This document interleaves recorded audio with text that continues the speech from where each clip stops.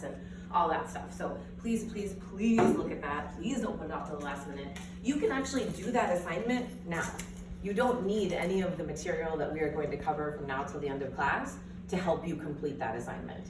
So you can begin it and end it. You can get it done early before the rest of your stuff starts, really stressing you out if you want to. So keep that in mind, okay?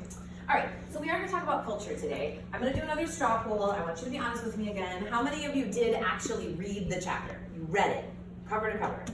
Ooh, that's amazing. Okay, how many of you at least skimmed it? Looked at the terms and the back page of the book. Like we said, please make that commitment to yourself. And if you haven't read it, make sure you read it before the actual exam. How many of you take notes while you read? Okay, so do you take notes in the book or do you take notes externally? Externally.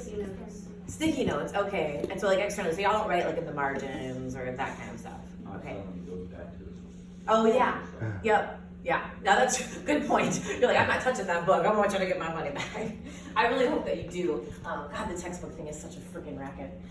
And for those of you that are recording me, don't worry about if I walk out of frame or anything. Just focus on taking notes. I just want them to mostly be able to hear me. Okay, so we're gonna talk about culture today, which is chapter 3 in your book. So what is culture? Those of you that read or skimmed, what is culture?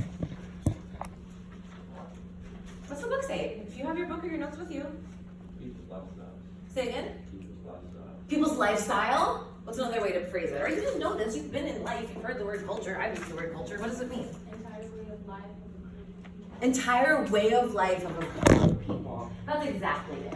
Culture, the values, beliefs, behaviors, and material objects that together form a people's way of life. Way of life is the key word here. This is just giving you some hints about the things that make up that way of life, but the key is exactly this. It's a people's entire way of life. So it's an all-encompassing idea. I've mentioned to you that culture is like the water that we swim in. If we were fish are in water, we swim in a water of culture. And it influences everything, whether we know it or not. And most of the time, we don't know it.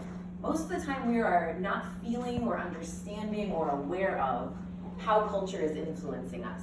Just like fish don't actually know that they're in water. They're not aware of the water at all times. When you take them out of it, they're acutely aware.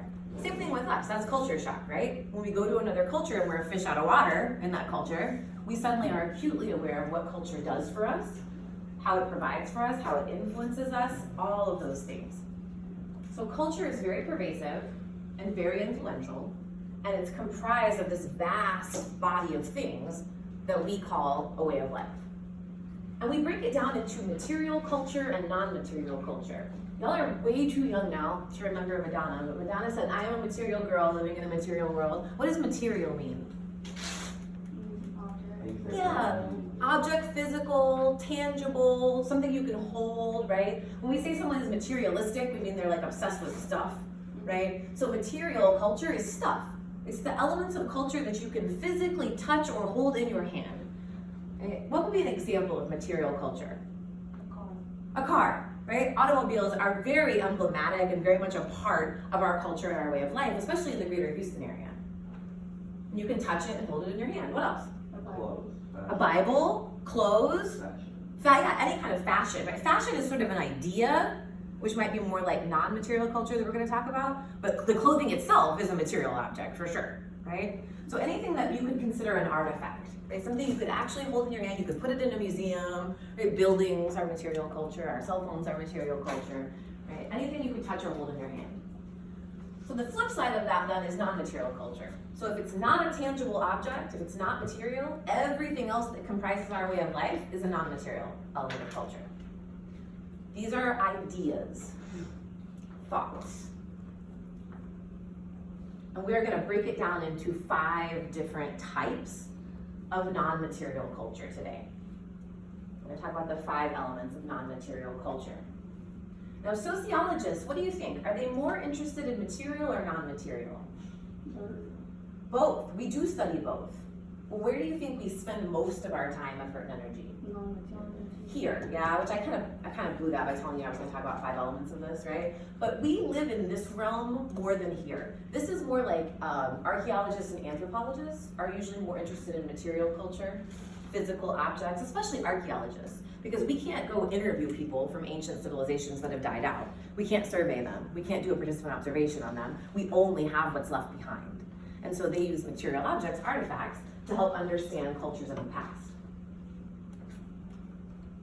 And society is different than culture. We tend to use the terms in everyday language as if they're the same thing, but they're not. Culture is the way of life that a society shares. Society is the group of people who actually share that culture. And usually societies exist in a defined territory.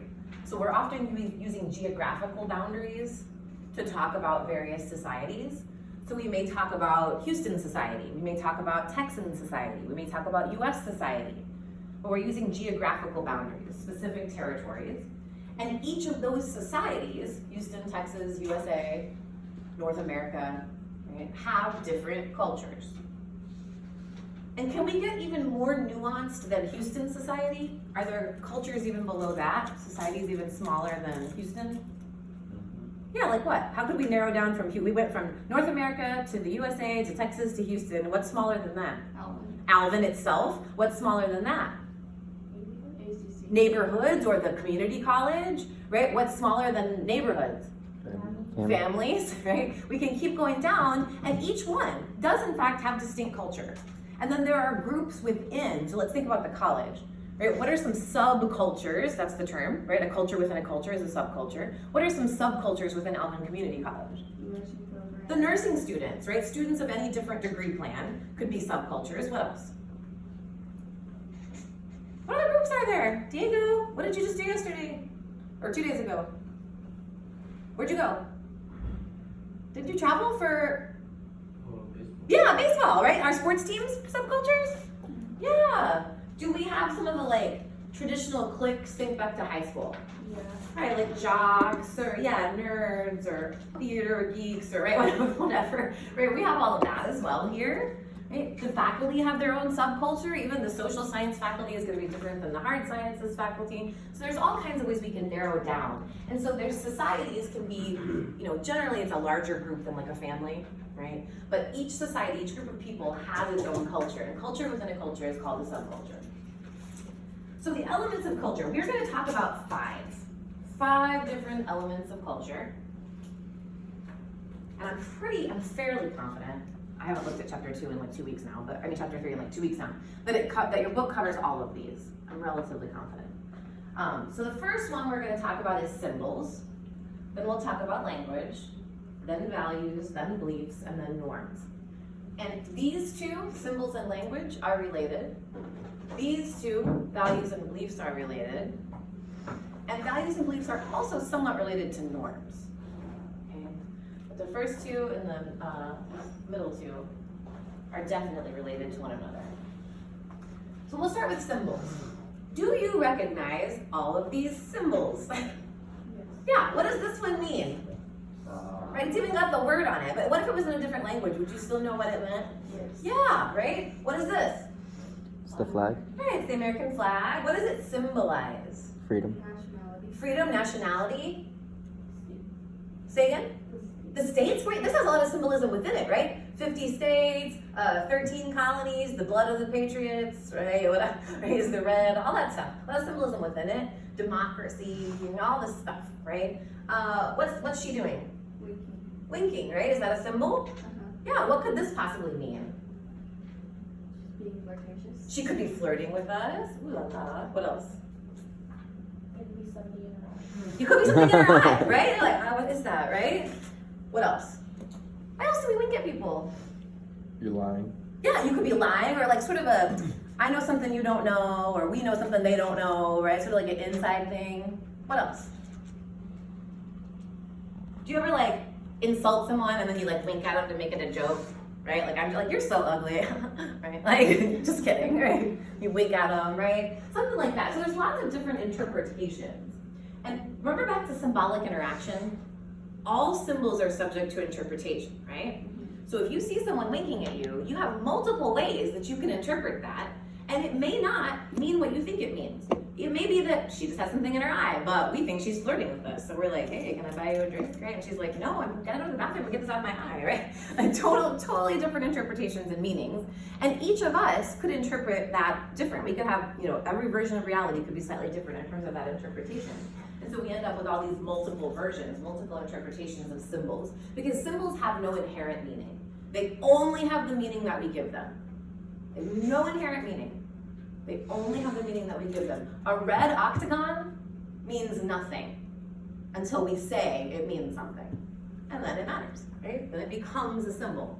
And symbols are anything that people who share a culture are gonna recognize. So symbols are culturally specific, is what that's telling you.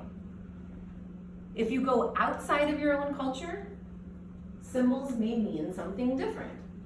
Now, we try to do pretty good with traffic signs to make them internationally recognizable in most of the Western developed world as a safety thing. But other symbols may not translate from one society to another, from one culture to another. For example, what does this mean in our culture? Okay, everything's all right, right? Anybody know what it means in other cultures? No. 3. Could mean 3, actually, that's another interpretation. It actually means asshole in a lot of cultures, like ASS hole, right? So it's kind of like a middle finger equivalent in some other cultures, right? So very different, right? You use that somewhere and you think you're telling someone everything's okay, right? And they're like, oh my God, this person's calling me an asshole. Very different interpretations because symbols are culturally situated. Do you think Iran thinks that this flag means freedom and democracy and patriotism? When they see it, nope. Right? It means something totally different to people that are not our allies or people that we've invaded or have a contentious relationship with than it does to those of us here who are patriotic in some way. So characteristics of symbols. We create them and we manipulate them. They don't exist independently, we make them. Culture makes them, society creates them.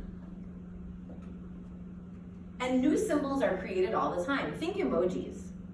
Emojis are a whole new language. Totally different language that y'all speak that I don't, right? It's a completely new set of symbols that have all these meanings. And some of the meanings are surface level, right? If I send you the, sideways crying face, that means like I'm laughing really hard, right? At what you said. There's a surface level meaning to that. If I send you an eggplant, does it mean eggplant?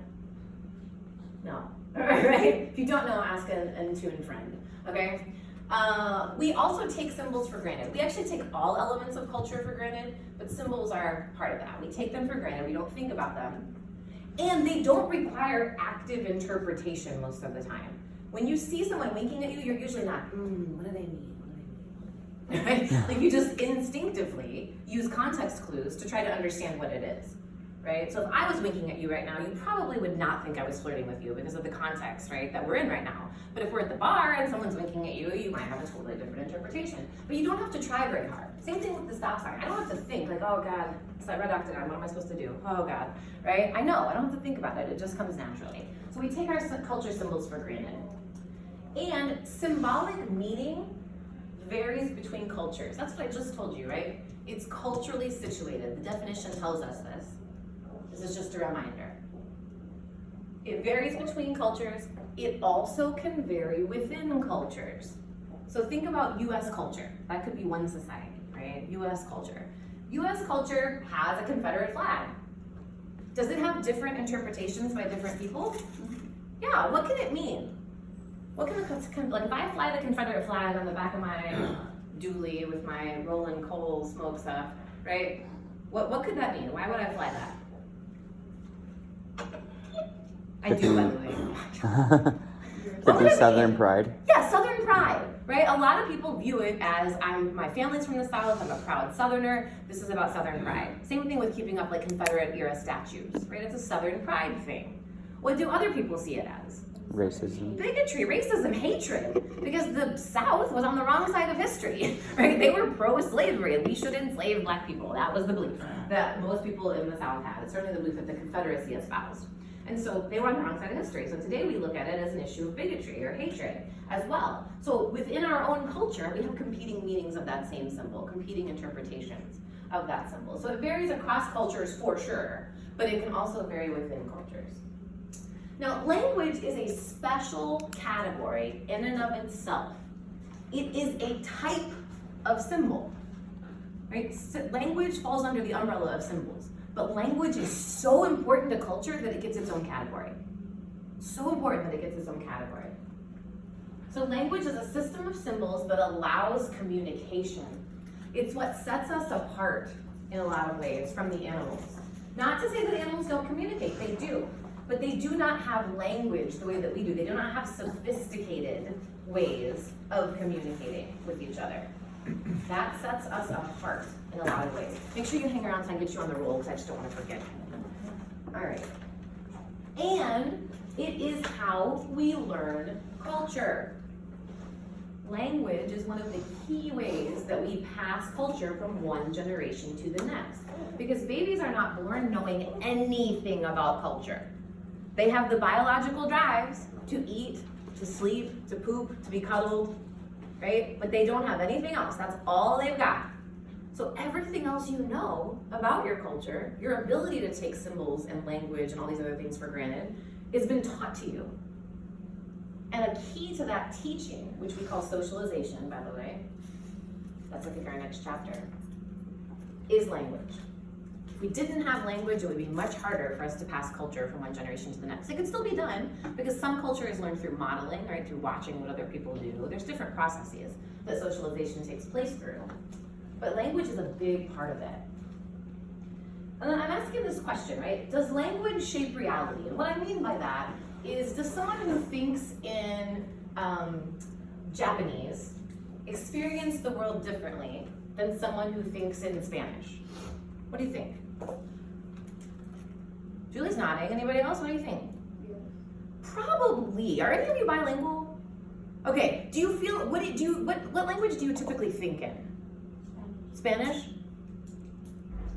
Spanish mostly? Spanish mostly? Yeah. And so it's one of those things that we don't realize it, but like, even though our thoughts are sometimes pictures, they're a lot of times still words, right? A lot of what we think about is words.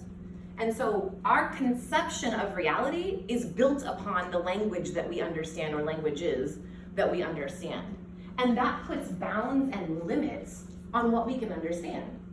Right? Because language is only so big. It only has so many words and so many ideas in it. And so language sets the boundaries of thinking, thought, understanding, knowledge, how we interpret the world. And we call this the Sapir-Whorf thesis. Sapir and Whorf were two different scientists who came together to come up with this idea and did some work to try to prove it. And what they essentially argue is that people see and understand the world through the lens of language. That language is the tool we use to access and interpret the outside world. So whatever flavor of language we have, it's a different lens.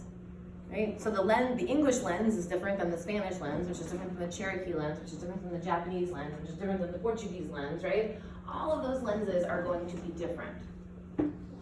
And each lens is going to change reality in some way. So those of us who know only English, like me, don't understand the world the same way that someone who knows only Spanish, or who knows English and Spanish, or any other languages. And particularly the language you first learned is usually the most influential in this way, whatever your birth language is. And they point out a few things to support their argument. One is that each language has its own distinctive symbols that serve as the building blocks of reality. I mean that in a literal sense. Literally, right? Different building blocks, because there's different symbology in the different alphabets and the way that the letters are combined. So each one has its own distinctive symbols. Each language also has words and expressions within it that cannot be translated into any other language. That's fascinating. That means if you don't speak that language, you could never understand it. Never. Because it cannot be translated into any other language. Every language has that. So that means that within each language system, there are multiple concepts, ideas, things that are unique to it, that people who don't speak that language will never be able to understand.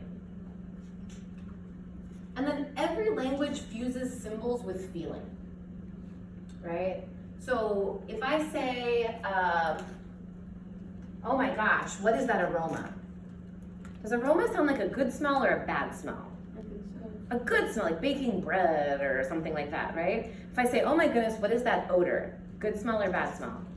Bad smell, right? We call this connotation. Words have connotations, right? They have feelings associated with them. And people who are learning a new language, that's one of the hardest things to figure out. Because when I tell you that aroma and odor both mean smell, you may not know which one to use in which situation, because teaching connotation is difficult. So if I'm like, oh my gosh, Faith, your odor is so nice today, right? She's gonna be like, oh my God, right? Same smell, it's the same word, but it has a completely different feeling to it than aroma. And even saying your aroma is nice today would be a little bit weird, but it'd be better than odor, right?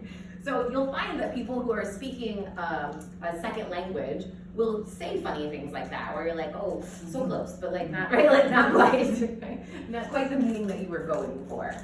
So and that's unique to each language, the way that we infuse this issue of feeling. And that's difficult to teach. It's difficult to teach people those things. It's very nuanced. So these are the major points that Sapir and Whorf make about how language shapes reality. But sociologists are pretty much in agreement, the jury is not out on this, that language sets the parameters, it sets the boundaries of our ability to understand. All right, so I told you symbols and language are related because language sits under the umbrella of symbols, but it's so important that we break it out and talk about it independently. Values and beliefs, one grows out of the other. Values are like the soil in the garden, and beliefs are the plants and flowers that are coming up out of it. Values are the foundation, beliefs are what's built on top of that. So values are culturally defined standards that we use to decide what is desirable, good, or beautiful. What is desirable, good, or beautiful? So these are very abstract standards. They're big picture stuff. An example in our culture would be equal opportunity. We say that giving people equal opportunity is desirable, good, or beautiful. Something that we should strive for. What are other things that we value? What are some American values? Things we think of as desirable, good, or beautiful? Don't overthink it, you know this. You take it for granted, which makes it hard to see. This is that seeing the strange in the familiar. You're so ingrained to what the values are that you can't, it's hard to even enunciate them. But trust me, you know them. What's something we say is desirable, good, or beautiful? Going to college. Going to college, getting educated, right? Is that an American value? Mm-hmm. Absolutely. What else? Money. Money, material objects. Absolutely. A very American value. What else? Job. Yes, jobs, or like hard work. Hard work, right, is an American value. I remember when George Bush, there was some lady who stood up in a town hall, the George Bush II, the junior, stood up in a town hall, and she was trying to make a point about people not making a living wage. And she said, I have to work 3 jobs to support my family. And he was like, good for you. That's such the American way, right? Like, oh my God, what an idiot, right? Although I would take him back in a heartbeat if we could get rid of Trump. He could be president for the rest of eternity if we could get rid of Trump. I had no idea how much worse it could get at the time. But very much that idea of hard work is something that Americans value. What did we say this flag symbolized? Nationality. Nationalities, like patriotism is a value, freedom, democracy. These are things we think are desirable, good, or beautiful. Family, desirable, good, or beautiful. Right? All of those things are values in our culture. So from those abstract standards of goodness, we let grow out of that things we think are actually true or false about the world.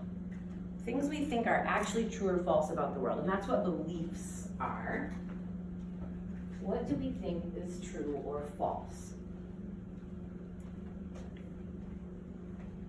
And so if we value equal opportunity, we might believe that a woman could be president.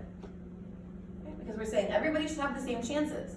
So that means that anybody should be able to reach the highest office in our nation.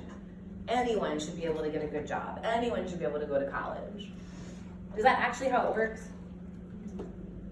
No, right? And that's an important concept here.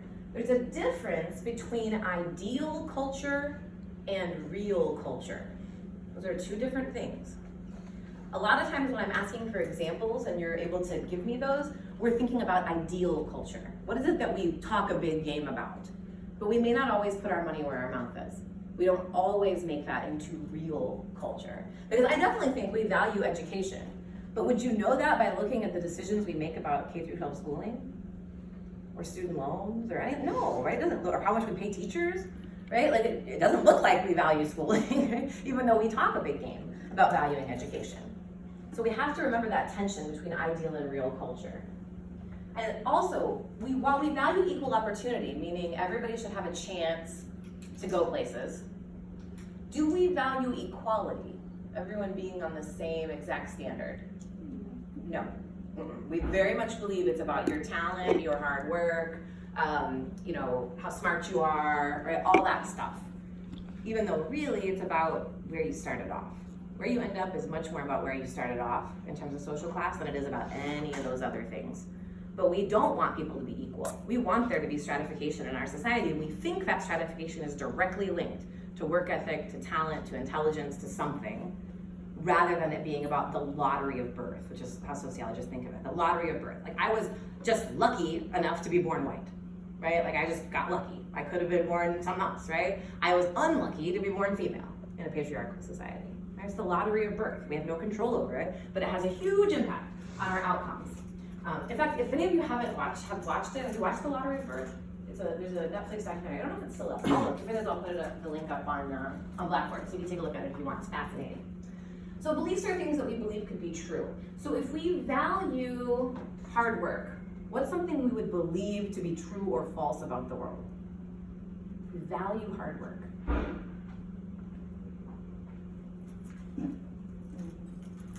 What do we believe to be true? Those who work hard are good people. Yeah, so the people that work hard are good people. Something we believe to be true. Hard workers are good people. They're doing the right thing, right? What else? Unless they're illegal immigrants, God forbid, because then they're here stealing all our jobs, right? Because I want to pick oranges, don't you? I mean, that's what I want to do when I grow up. What else? What else can we believe to be true? Do we believe everyone should work? Yes. Absolutely. We believe that that's true because we value hard work. So if someone's not working, right, we're like, what's wrong with you? Yeah, are you lazy? Are you stupid? Like what, are you insubordinate? What's your issue? And again, we think of it as a personal problem, but as sociologists, we say, nope, public issue, right? Something else is going on if someone is not working, most of the time, something bigger than them. So whatever it is that we value, from that grow these ideas about what we think are either true or false about the world. And then I mentioned that norms also kind of come out of beliefs and values, but they really are their own entity. Norms really are their own entity.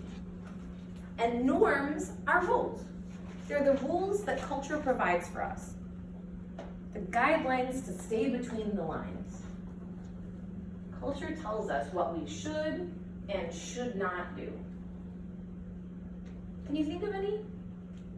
What are some basic rules in our society? Do not steal. Yeah, do not steal. Don't take things that aren't yours, right? Is that something we should or should not do? Should not. Should not. And we call that a proscriptive norm. Okay. We call that a proscriptive norm. Proscriptive, think prohibit. Proscriptive, prohibit means something you cannot do according to our society. So a prescriptive norm is what we should do, right? Think prescriptive, like prescribe. I prescribe you medicine, I prescribe a behavior. Prescriptive, prescribe means something we should do. Proscriptive, prohibit, something we should not do. So do not steal. Don't drink and drive. Those are both prescriptive. Prescriptive, practice safe sex. You should do that. What's another prescriptive norm? Drive on the right side of the road. Go to school every day, right? Things we are expected to do. So that's one way that we classify norms. So this is a typology, right?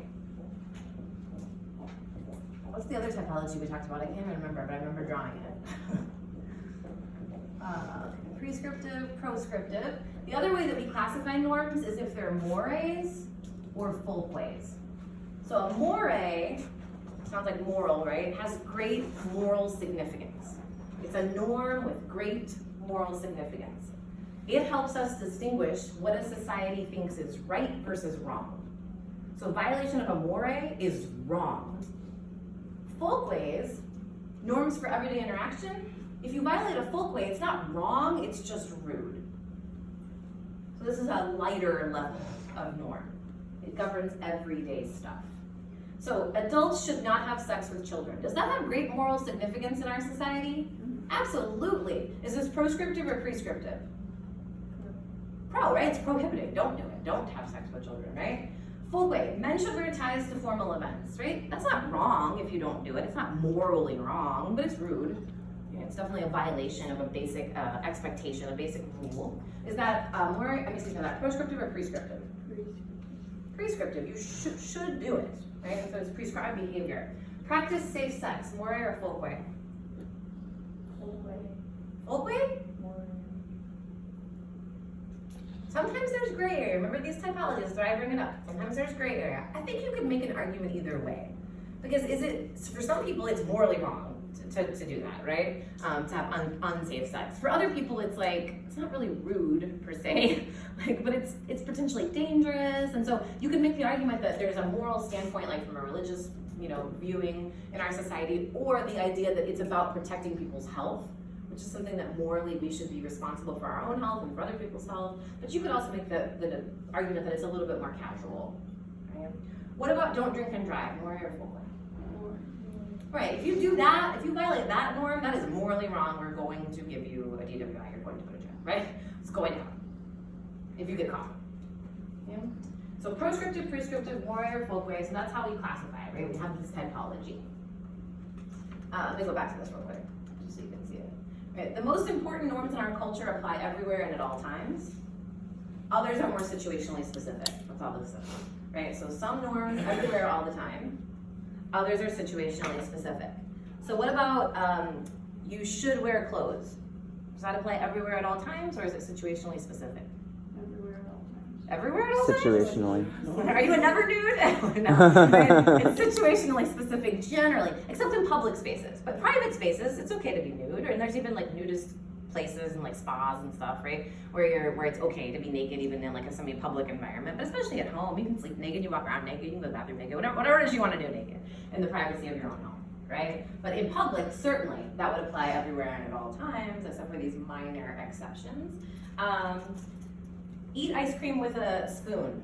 Is that proscriptive or prescriptive? Pre. What you should do. Is it a moray or a folkway? Folkway. It's a folkway, right? Does it apply everywhere and at all times, or is it situationally specific? Situationally specific. Yeah, when would you not eat it with a spoon? When you have it in a cone. When you have it in a cone, right? But should you ever eat ice cream with your hands? Probably not, right? So don't eat ice cream with your hands. Could be a proscriptive folkway that applies pretty much everywhere and at all times, except maybe when you're doing naked stuff, I don't know. But, right? So maybe when that norm's off the table, the naked, the wearing clothes norm is off the table too, I don't know. Right? Okay, cool. Oh, that's another good one, is applauding after a performance. Right? Are there performances you don't applaud after? Yes. Sure, like what? Yeah, like sometimes like classical high culture stuff, it's less likely. Poetry slams, you snap instead of clap. When someone delivers a great eulogy at a funeral, do you clap for them? Oh, that would be super weird, right? This is performance art. Teaching is performance art. Nobody claps after I teach. Right? So certain performances don't get applause, but other ones do. And we know, without thinking, whether we should or shouldn't do that. Because again, we take our culture for granted. All right. And I already mentioned this. There's a big tension between ideal culture and real culture. What we think we believe, what we think we value, what rules we think apply, not necessarily always the case. And a really good example, we already talked about the education one. Another one is adultery, right? Faithfulness in marriage. Is this something we purport to value? Yeah, fidelity or faithfulness or monogamy, however you want to think about it. Something we definitely value in our society. So what do we believe is true then? Give me the belief that comes out of that value. Once you're married, you should only be with the person you're married. Yeah, once you're married or in a committed relationship of some kind, you should only be romantically, emotionally, and sexually involved with that person, right? Yeah, till death do you part. Exactly, right in the vows. But does that happen? No. Right? So ideal culture, we are like, yeah, faithfulness in marriage, yeah, monogamy, yeah, I'm not, I shouldn't cheat on my spouse, right? All of those things. But at the end of the day, so this, I should pull the statistics, I haven't pulled them in a long time. But used to be that the statistic was something like 60% of married people admitted to having affairs, to the surveyor. That's an enormous number, right? That's a lot. That's out of whack with ideal culture. And probably, right, most researchers believe that number is higher because we think there's a self-report bias of people being like, no, I've never cheated, right? No, not me. So the number is probably higher than that. But if 60% are admitting it, holy cow, ideal culture and real culture are not in alignment. Can you think of other examples of this? Other areas where we say we value, believe something, or we have a rule about something, and we don't actually live up to that? How about, what about equal rights? We don't treat everybody. Yeah, we don't, that whole equal opportunity or equal rights thing, I mean, we've done what we can. Like, that was what the public school system was supposed to help address, was making sure that everybody had the same starting point, because we were gonna say, we're gonna take your tax dollars, socialism, right, and pay for a service for people to have. That's what the public school system was about and still does today. And so the idea being, okay, you're gonna get the same education as a person all the way across the country so that you are all starting out on the same spot. But does it happen that way? No, each school is different. Every school is different. Every district is different. Every state is different, right? But every single school differs. And it's a lot of it is about resource allocation. And so we don't do a good job with that. Same thing, racism, sexism, homophobia, right? Sizeism, all those things, disability, discrimination, all of that pervades society. And so equal opportunity, like in jobs, our implicit biases against people from certain groups are going to make us make different decisions about some people than others. Okay? If we have stereotypes, biases built into our culture, which we do, we're all taught them. If we're not aware of them and actively fighting to fight those implicit biases, then we, without even knowing it, subconsciously make decisions about people. So if you are the person who's deciding who you should hire in a position, your implicit biases are going to come through, most likely, unless you're actively trying to fight them. And so we're not actually providing the same opportunities for everybody because of that. So good example, Julie. Okay, so cultural diversity. I already mentioned this to you. What's a subculture? A culture within a culture. Subculture is a culture within a culture. If there is some pattern, something within either the material objects or within the symbols, language, values, beliefs, and norms that sets a group apart from mainstream society, we call them a subculture. So for example, pretty much any ethnic population in the US, so Korean Americans, Mexican Americans, Guatemalan Americans, whatever, right? We have some sort of subculture that's associated with that, with these ethnic groups, particularly if they're relatively new, so not several generations back, but newer immigrants. A lot of times they congregate in what we call ethnic enclaves. Ethnic enclaves are areas of a city or a town that are comprised exclusively of people from that ethnic group. Think like Chinatowns in big cities. That's exactly what they are. They're ethnic enclaves where a whole bunch of Chinese immigrants came and set up their lives, set up their businesses, and so on. And they have things that set them apart. A lot of times in these ethnic communities, they speak the home language rather than English. A lot of times they maintain holidays and traditions and religious beliefs. A lot of times they maintain the food and the dress from home. So there's things that set them apart from mainstream society. So they are considered a subculture. Beach bums, another good example. They have enough things that are different about them, or like surfer dudes, right? They have enough things that are different about them, and we could consider them a subculture, a culture that we could study within mainstream culture. Subcultures are great from the standpoint that the world is a very diverse and interesting place, full of all different types of groups. I'm obsessed with subcultures. Whenever I find myself in any sort of small subculture, I'm like, oh my god, I need to write a paper about this. Like I can't like handle it. So like my ex was really big into Magic the Gathering, you know, the card game, super into it. And it has its own culture. It has its own subculture that's the gaming community in general, but specifically in Magic, has its own culture and rules and language and all kinds of stuff, symbols. It's fascinating. And I was like, I'm totally write a paper about this. I didn't, but I wanted to. But it's also a source of tension because subcultures sometimes are in opposition to one another. Some subcultures are sometimes in opposition to each other. And so it can create problems. And there's a special type of subculture. I wonder what that noise is. Do y'all hear that? It's like a jet engine or something. Okay. There's a special type of subculture called a counterculture. Countercultures actually run opposite to mainstream society, mainstream culture. So they're not just different, they actually oppose or push back or are the opposite of mainstream culture. So think about hippies. Hippies in the 1950s, 1960s, this is an era where most of America is, let me get this right. Most of America is pro-war, anti-sex, and anti-drugs. Think about 1950s, 1960s mainstream America. That's basically where they're at. They're pro-USA, meaning they're pro-war, pro the war in Vietnam, right? They are anti-drugs, and they are anti-sex. It's a very conservative world in the 50s and 60s in the US. Well, the hippies come along, and they are truly a counterculture because they are anti-war, pro-drugs, and pro-sex. They're running counter to, opposite of, mainstream culture. Today, people like in the punk community might be considered a counterculture, right? Because the mainstream society pretty much shuts up and takes what the man serves out, right? That's pretty much what most of us do. We don't fight back against it. We just accept the status quo. We go with the flow. We don't push back. Punks are all about challenging the status quo. Screw the man. So a totally different approach, totally counter to mainstream society. So all countercultures are subcultures, but not all subcultures are countercultures. Right? So this is a special type of subculture that we identify called a counterculture. And what seems right and natural to us in our society can seem totally puzzling and immoral in other societies. Because all this stuff is culturally specific, it's unique to every society. And so what we think of as truly like the normal, right, natural way of things can be seen as totally bizarre in other places. And it's easier for us to look at other cultures and think about what we think is bizarre in other cultures compared to our own. Did any of you watch Survivor? Are y'all too young? I know it's still on, I can't believe it. They just came out with a new season of Survivor. It's been on for 152 years, I think.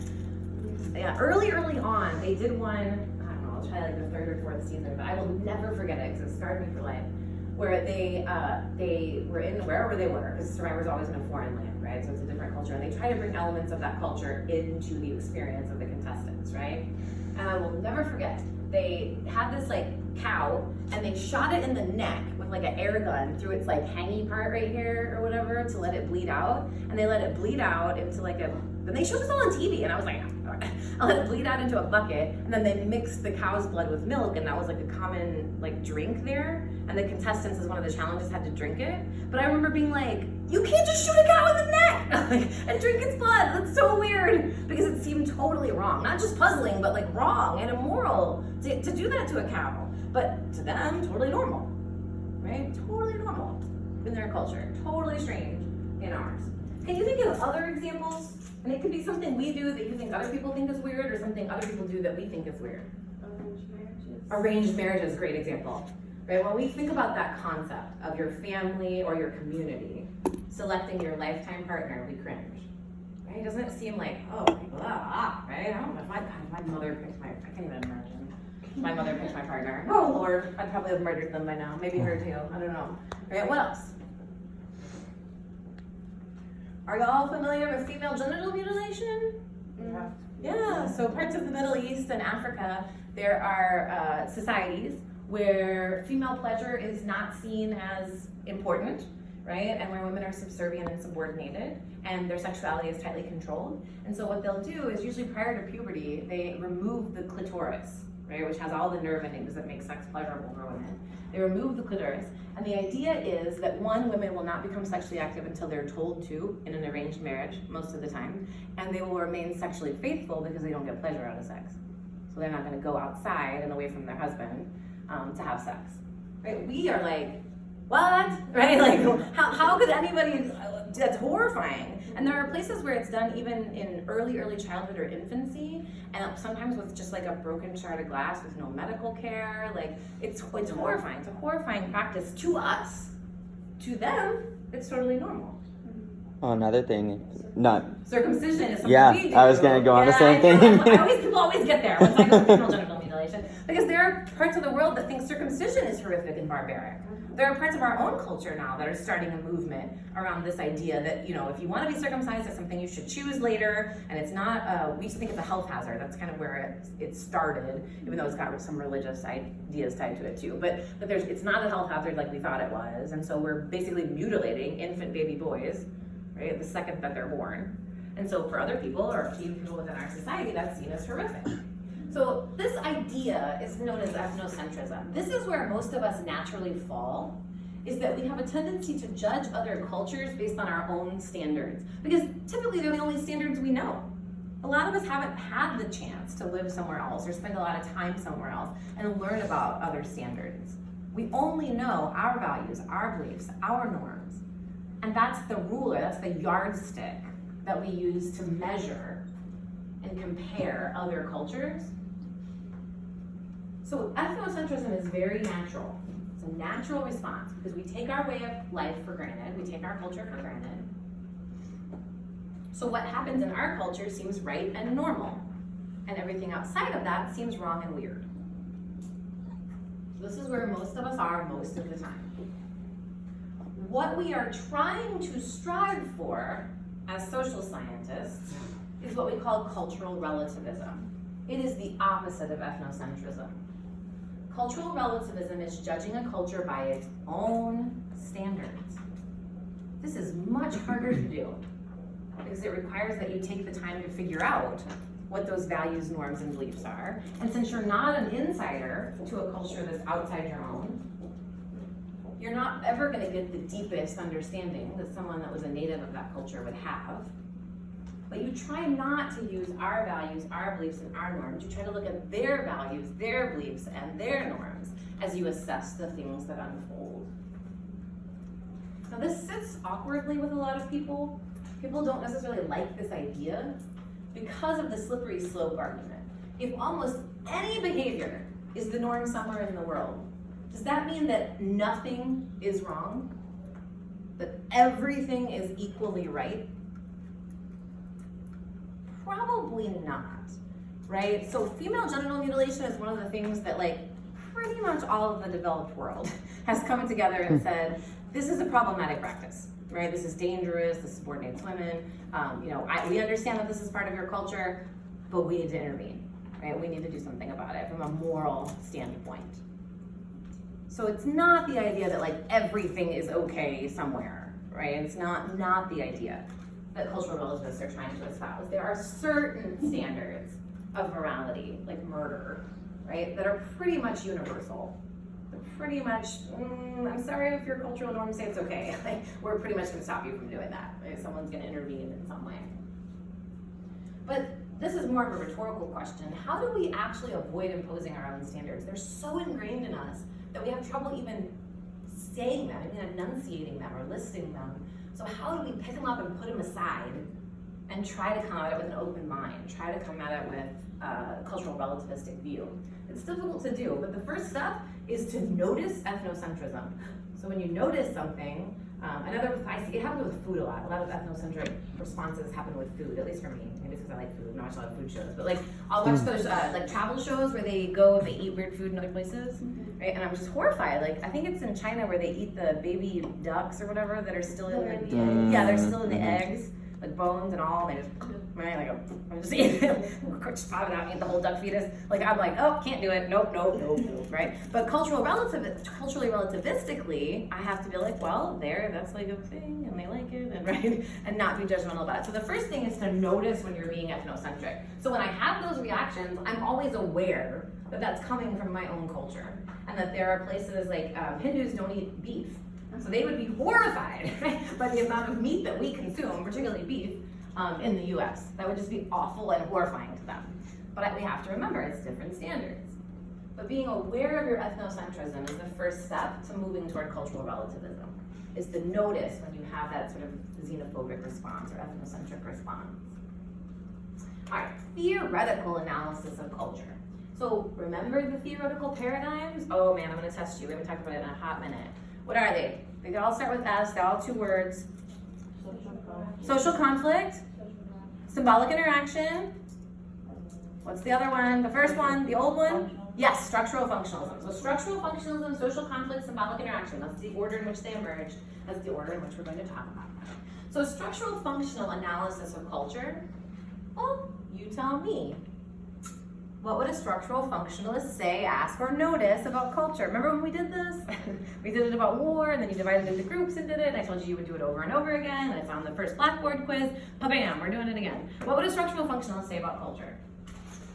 It is very good to have the camaraderie. Yes, that culture, the shared meanings, shared values, shared material objects, create solidarity. Remember solidarity, cohesiveness, right? Connection? Yeah. So culture is good for creating solidarity. What else would a functionalist say, ask, or notice? What's the other S word? Solidarity and stability. Does culture help society stay stable? Yes. Yeah. In a lot of ways it does, right? We wake up every day and language hasn't changed that much, values haven't changed that much, right? It's relatively stable. So it helps foster stability. What's the question they ask about everything? What is its Purpose. purpose, function, right? Right in the name, structural functionalism. What is its function? And there's different types of functions, right? What are those? Manifest, intended, latent, unintended. And then is it good for society, functional, bad for society, dysfunctional? That was the other typology, there it is. Manifest, latent, and functional, and dysfunctional, right? So, that's the things that a structural functionalist would try to identify is what in the hell does culture do? We wouldn't have a way of life, we wouldn't have values or beliefs or norms or symbols or language if they didn't do something.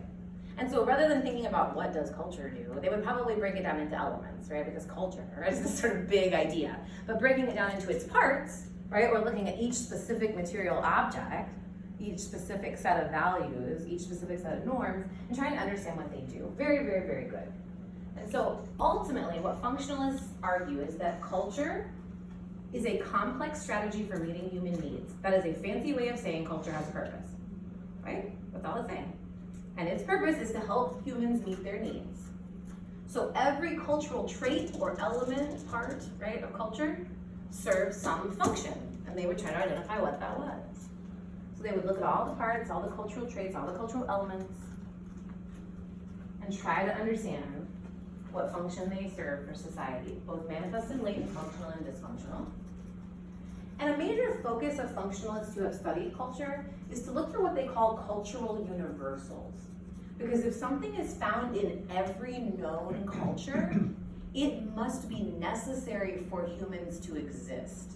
That's the argument, right? If every known culture has created these things that we call cultural universals, they must be necessary for humans to exist. So they must be like the most important things in culture.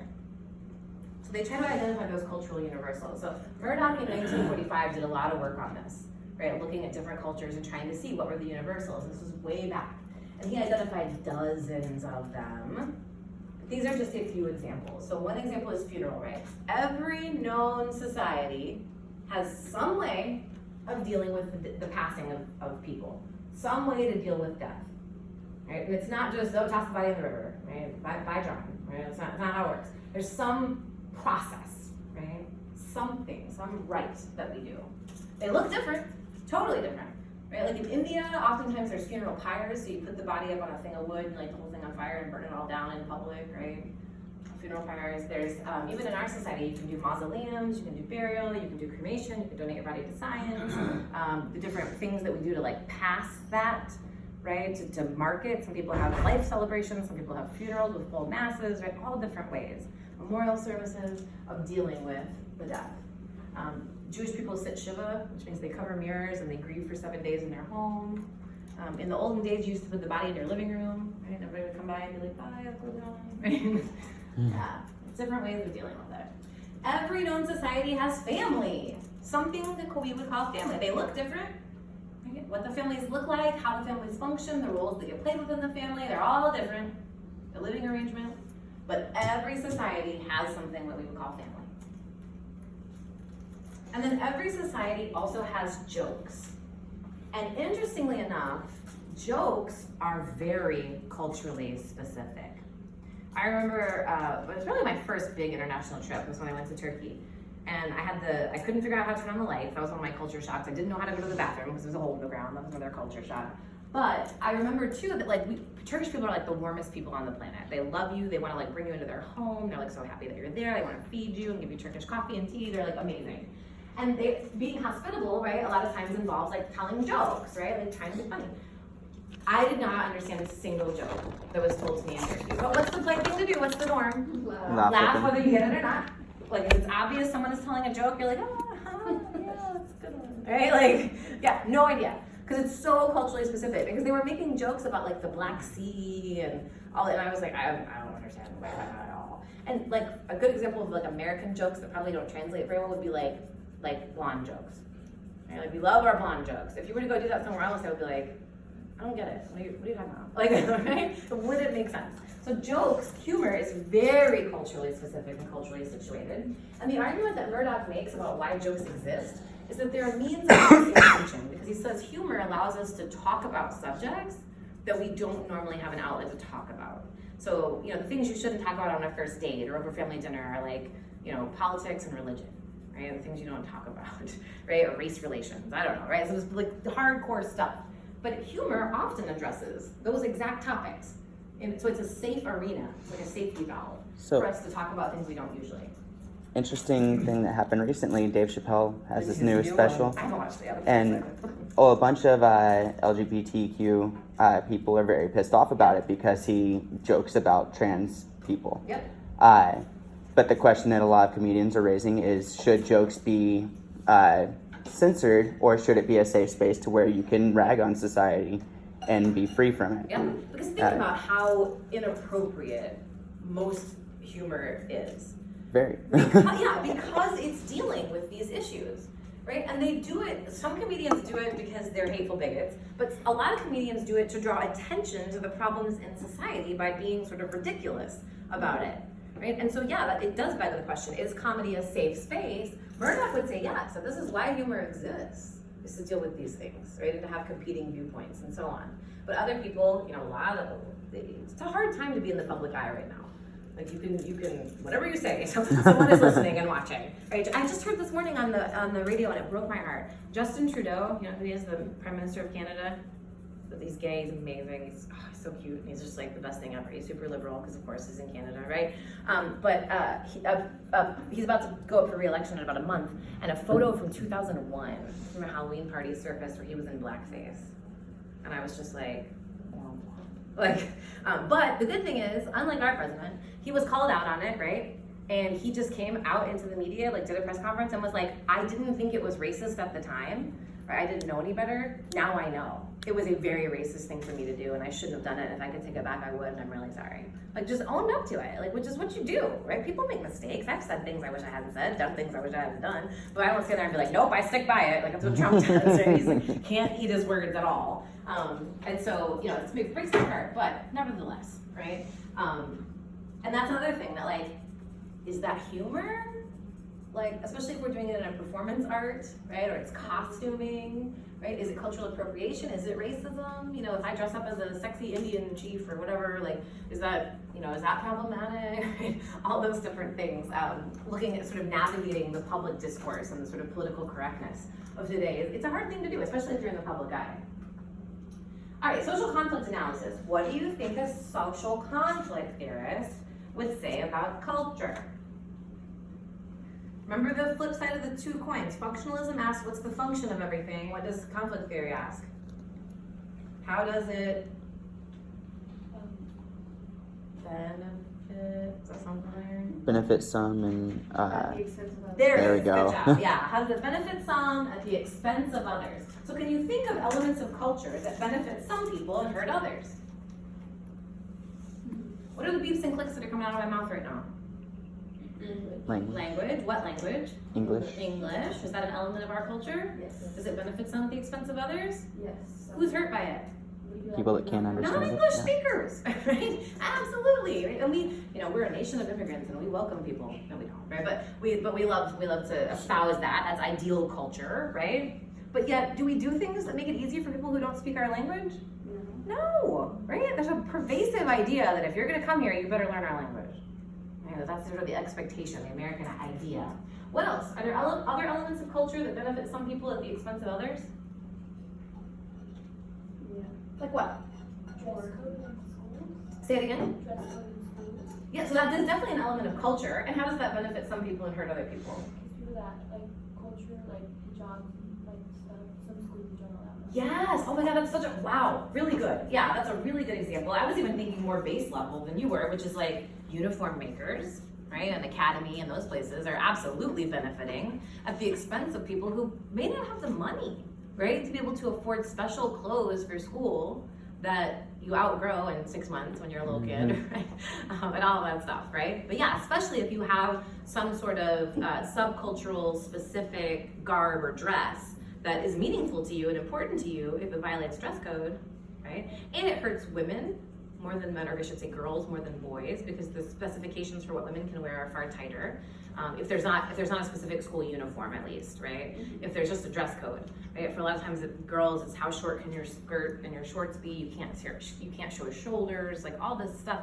And the argument that gets made about why women have to cover up their bodies is because boys can't control themselves and concentrate if women wear yoga pants or whatever. I'm like, I think we need to fix boys if that's we don't need to cover up girls. We need to fix boys if that's the problem. If you're so obsessed with women that like you cannot focus in class because you see someone's shoulders, we have an issue. That's rape culture. Like that's really problematic, right? And really predatory.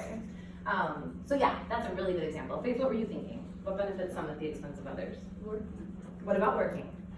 So the workers do not have the benefit of making an income that the employers. Yeah, absolutely. The bourgeoisie, the owners, the capitalists, are benefiting at the expense of the proletariat, the worker bees, right? The everyday people. And work is an element of culture, right? It's part, because how we do work, what work looks like is all culturally specific. Good job. Yeah, so they're gonna look at the link between culture and inequality, how every cultural trait benefits some at the expense of others. And a good example of this, thinking specifically about Marx, I should have worn my Marx shirt today. Thinking specifically about Marx, is that culture is shaped by what economic model we use. So remember, I told you Marx has been adopted as a sociologist, but he was actually an economist. That's where he comes from, is economics. So as he sort of conjectured about society, because he had big thoughts and ideas about society, he always tied it back to what he called the substructure of the economy. From his standpoint, if society is like, our culture is like a pyramid, right? The base of the pyramid, the substructure is the economy, which means it affects everything above it, okay? So the economy in a given society or given culture affects other cultural elements. So for example, we live in a capitalist marketplace, yes? Mm-hmm. Right? We live in late capitalism even. Oh my God, have y'all seen this going around, speaking of late capitalism? Late capitalism is means gross, overt, horribly problematic exploitative capitalism. That's what late capitalism means. And we are in late capitalism. Have y'all seen the school shooting hoodie? What's going around on social media right now? Okay, so some clothing company, I can't remember which one now, thank God, because I'd probably burn their stores down, thought that it would be a good idea to sell hoodies that have bullet holes in them to make a statement about school shootings. I'm all for making a statement about school shootings, right? Doing it by selling a product that is gross, not so much, right? Late capitalism, holy shit. I could not believe it. And can you imagine someone wearing that to school? Can you, speaking of school dress codes, can you fucking imagine if someone walked in with a bullet-riddled hoodie on? I literally can't fathom it. But anyway, so we live in a capitalist marketplace, primarily late capitalism, so that's our economic system. So Marx says if that's our economic system, it shapes everything. It shapes everything in culture. So he would be able to link it to some of the things, for example, that we value. So because we live in a capitalist marketplace, right, Marx argues we value competition. Would you agree with that? Mm-hmm. Do we think that's desirable, good, or beautiful to compete? Absolutely, and specifically not just to compete, but to win, right? You don't want to be the loser in a competition, you want to be the winner in a competition. Very much a capitalist idea, right? Winners and losers, every man for himself. It's a capitalist idea. What about material success? We already talked about this one. Do we think that's desirable, good, or beautiful? To have a lot of money or a lot of stuff? Yeah, absolutely, and that's how we actually define success. Is someone successful? Well, let's look at their material possessions. Right? We don't look at, is someone successful, are they happy? Have they made an impact on other people's lives? Nope, all I want to know is how much stuff they have, right? How much money they have. That's how we measure success. Also a very capitalistic idea, right? Because we're all supposed to be striving, whether we own businesses or we work for someone, we're all supposed to be striving to get that material wealth. And then individualism, Would you say that's something we think is desirable, good, or beautiful? Everyone should be unique, and again, every man for himself, right, as opposed to a communal idea, also a very much capitalistic idea. So Marx says the reason we value those things is because we're built on the economic model of capitalism. If we were built on feudalism, or we were built on slavery, or we were built on socialism, we would value different things as a result of those different models. From a Marxist perspective, which is very much a conflict theory view.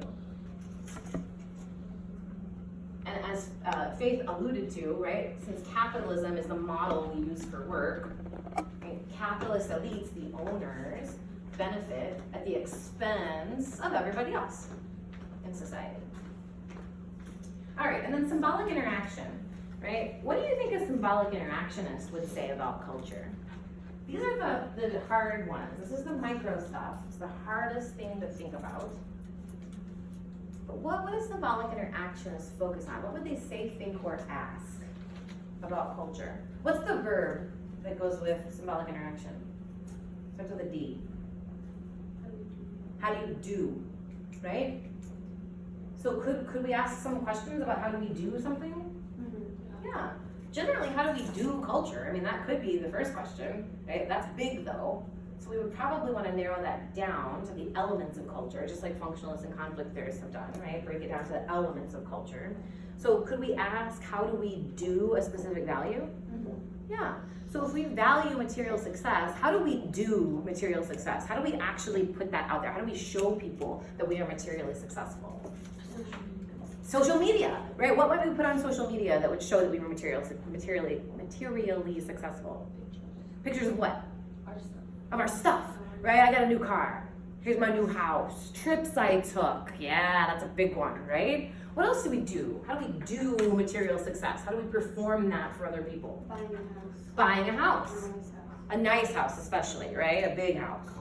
Cars. Clothing, yeah, clothing's a big one. And we call this, by the way, particularly, not as much with housing, but particularly with other products, so like cars, handbags, clothing, sneakers, jewelry, brand name glasses. We call that conspicuous consumption. Conspicuous consumption means buying and using products because of the statement they make about our standing. Yeah, like Gucci items, they're really ugly, but people love them. But people love them, right? Or like Louis Vuitton, it's that ugly crap brown with initials that aren't yours on it, LV, right? But everyone's like super enamored with it, right? And so because of what it says, we think of it as a status symbol. So conspicuous consumption is buying and using things because of what it says about us. And so conspicuous consumption is a way that we perform. We do material success for other people. If someone is wealthy, right? So they're materially successful and they've actually become wealthy in that top, say, 5% or top 1%. If they're gonna go out on a Friday night and do something, right? Maybe something that's entertainment related. What are they gonna go do? Wealthy people, what do they go do on a Friday night? Party for entertainment. What kind of party? They gonna go to the club? Yeah. Maybe a high-end club, right? Maybe a high-end club. What else? Maybe like a country club, yeah, or like a dinner party, right? Opera, right? Something like that. What do normal people go do on a Friday night? Go to the movies, sleep, go to a concert, right? Something lower end. Right? And so that's also part of how we do our material success, or we do class for other people, is we perform it by in activities that we engage in, right? Wealthy people play, I don't know, polo and golf, right? Regular people play like basketball and football. Okay? So the things that we do are part of that performance. So understanding an element of culture, whatever that element might be, so a value, a belief, a norm, maybe a material object, maybe symbols or language. How do we actually do that thing? And specifically, the elements of culture that they would be most interested in would be the first two. Right in their name. Right there. Symbols and language. Yeah, thank you. Okay, so they would be most interested in symbols and language because the study of symbols is central to the symbolic interactions viewpoint. Understanding interpretation, what symbols exist, why they exist, how they come into existence, how they get used, how they change over time. Did y'all hear the good news this week, speaking of symbols and language, that they added they, them to the dictionary as a pronoun? Merriam-Webster just added it like 2 days ago or something.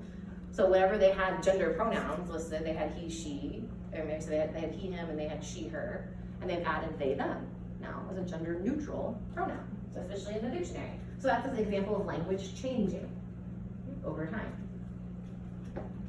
All right, any questions about this material?